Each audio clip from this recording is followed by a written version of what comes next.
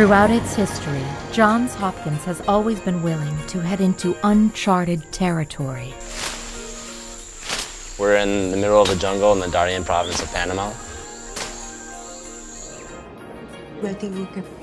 I was raised here in Lahore, Pakistan.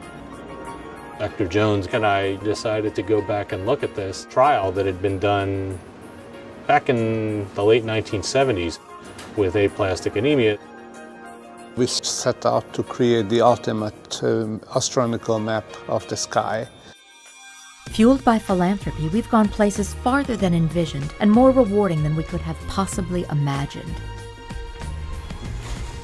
Planting Empowerment, the business I'm a part of, is doing a mixed species timber plantation to plant trees and provide employment opportunities to local populations here. I wanted to use the resources that I've learned here at Johns Hopkins to teach deaf children in Pakistan using technology.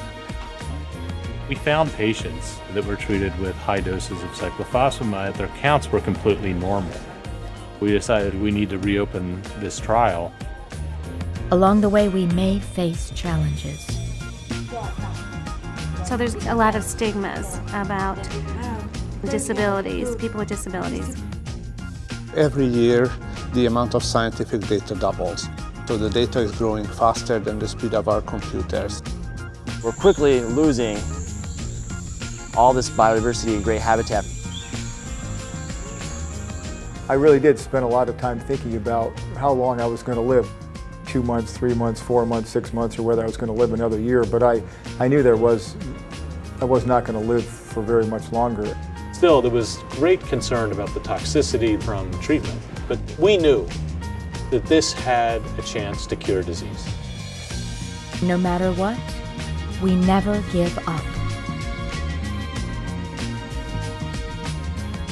Today, we've built this language center and applied my knowledge about special education technologies. We have about 40 students. My goal is to expand the school to become an institute for empowerment and research. So we created this very special engine, very different from the existing computer architectures. It's a little over a petabyte, which is 1 billion megabytes. Now, there's little doubt that a substantial portion of patients with aplastic anemia can be cured. The aplastic anemia treatment can completely reboot the immune system.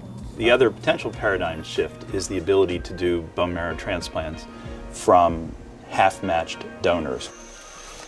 We believe in the potential of the next generation and in the wisdom of experience.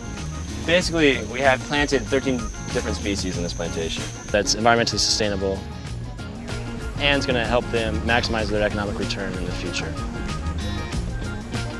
So we are building virtual observatories on every possible scale of the physical world, of the cosmos, of the human body, of the genome, of the soil. We are doing data exploration, all sorts of mathematical analysis, pushing the edges of technology. We are pushing the edges of the universe. From the microscopic level of the cell to the outer limits of space, every day we transform our world. And you make this remarkable journey possible. Without the help and the research done at Johns Hopkins, I would not be sitting here absolutely today. And so I set up a grant to help Dr. Brodsky with some of his research, because that research is what saved my life.